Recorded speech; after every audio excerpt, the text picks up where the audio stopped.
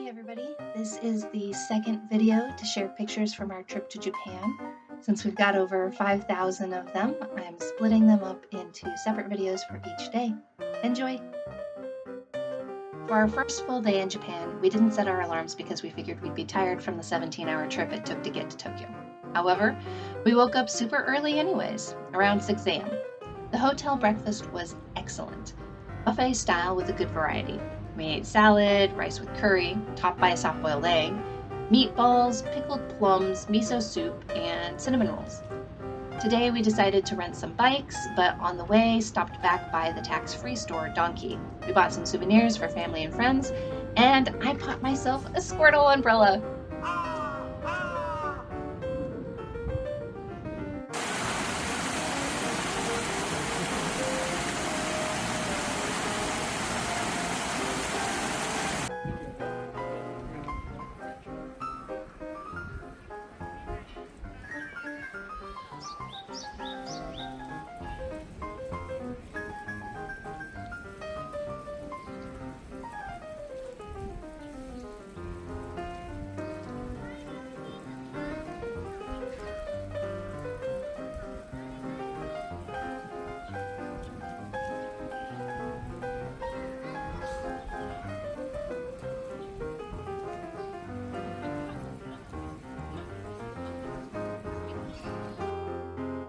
Bike rental was extremely reasonably priced. We went to a local business rather than renting the ones on the street, and it was less than the cost of a meal for both of us to have the bikes for several hours. The guy that helped us there was very friendly, and we were able to navigate the transaction with a mixture of Japanese and English, including learning the rules of the road for bikes here in Tokyo.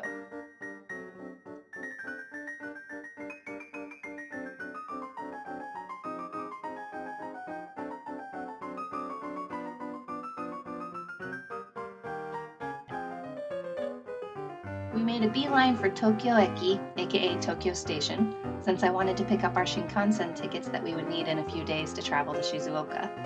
At first, I went into the wrong entrance, but after chatting with a very nice elderly lady and a station employee, I figured out how to get where I needed to go. I got myself an Eki stampu in my stamp book on the way. Then I found out there was no need to pick up a paper ticket. I'd heard issues about the QR codes not working and was a little paranoid, but the station employee reassured me that that was not very likely to happen, and even if it did, the employee at the gate would be able to assist. However, it was a really good thing that we went to the station because they gave me instructions on how to get to the other side of the station, which is where the Shinkansen entrance would be.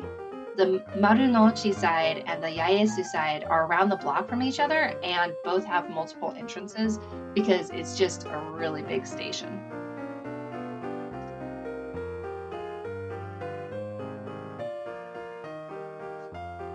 We ended up having lunch near the station, one of those small restaurants where you walk in, order at the machine up front, take a seat, and have your food brought to you. We had some really delicious katsudon and for dessert, custard. We had used up most of our bike rental time, so started heading back. Along the way, we stopped at a really small cafe. When we entered, it was apparent that it was the type of place where only regulars go, and newbies, let alone foreigners, didn't typically enter.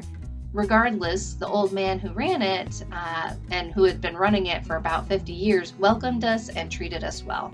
We both got coffee, which I don't really like coffee, but the cafe didn't have any tea, which I was really surprised about. And since I didn't want to be rude, I ordered coffee and I was extremely surprised at how good it was. I think it was and still is the first and only time I've actually enjoyed coffee. I probably will never find another cup like that.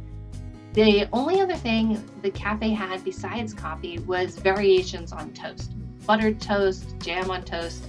We got the ham on toast. Comment if that sounds like a book you read as a kid.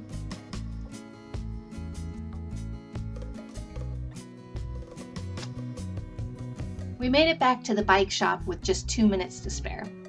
After a quick pit stop back at the hotel and charging our phones, we walked over to the nearby train station to catch the Ginza line.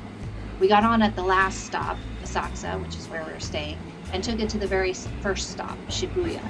We hadn't worked out our transit passes, just yet at that point, so bought paper tickets, which really wasn't difficult since we knew where we wanted to go. The machines are very easy to use. The only snag was at the station we went to, the ticket machines at the ground level where you first walk in aren't the correct ones, or weren't the ones that we needed, since they were for different lines run by a different company. Ours were downstairs.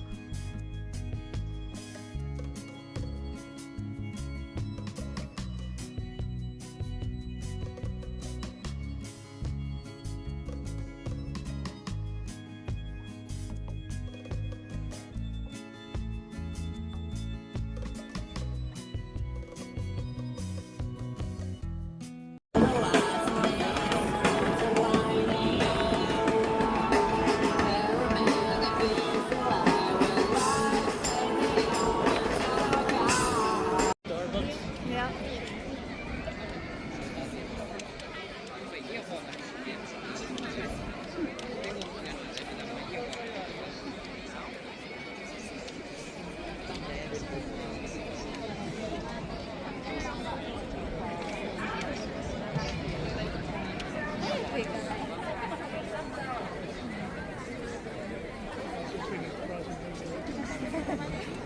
After a 30-minute ride, we walked around Shibuya, exploring the area until late. We made sure to cross Shibuya Crossing a couple of times.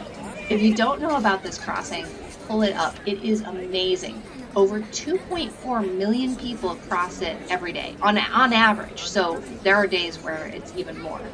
While we were crossing with about 2,500 other people, it all flowed smoothly and there was no bumping into people. It was like flying in a flock of geese. We had some Wagyu skewers on the go, bought some more souvenirs, and then stopped at an izakaya for drinks and karaage, aka fried chicken, for dinner.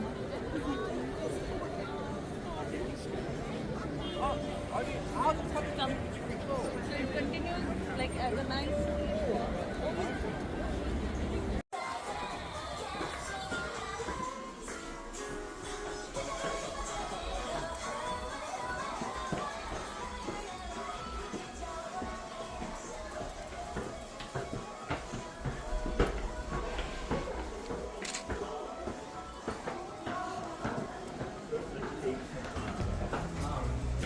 From writing?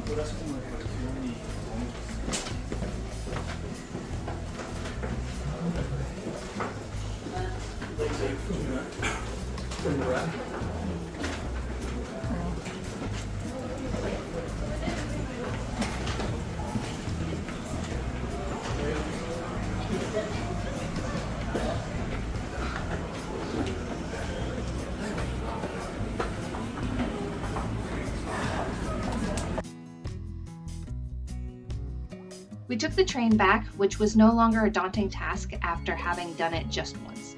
Both directions on the train, since we started and ended at the ends of the line, would start out empty, then get extremely crowded at certain stops, and then empty out at certain stops.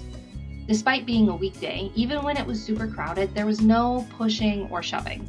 And it was very quiet and peaceful, with music playing and a calm announcer voice for every stop. Back at the hotel, I ended the night with a nice, relaxing bath. The tub wasn't as long as an American one, but it was deeper, so I could be more submerged than at home, but also felt like even if I dozed off, I wouldn't risk slipping down into the tub, which I never sleep in the tub, but I was super worn out from that day, and so it was nice to have that kind of extra reassurance.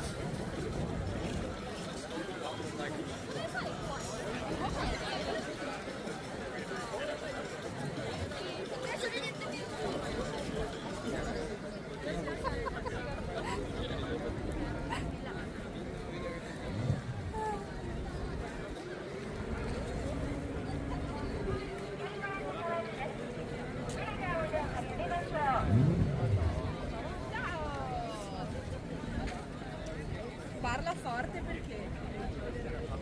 Muoia.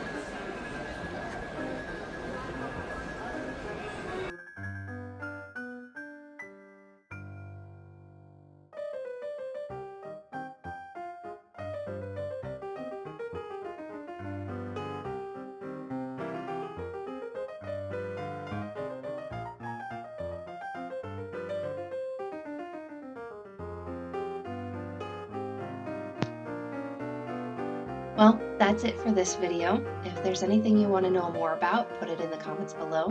I'll post the next video tomorrow, so make sure to like and subscribe for more.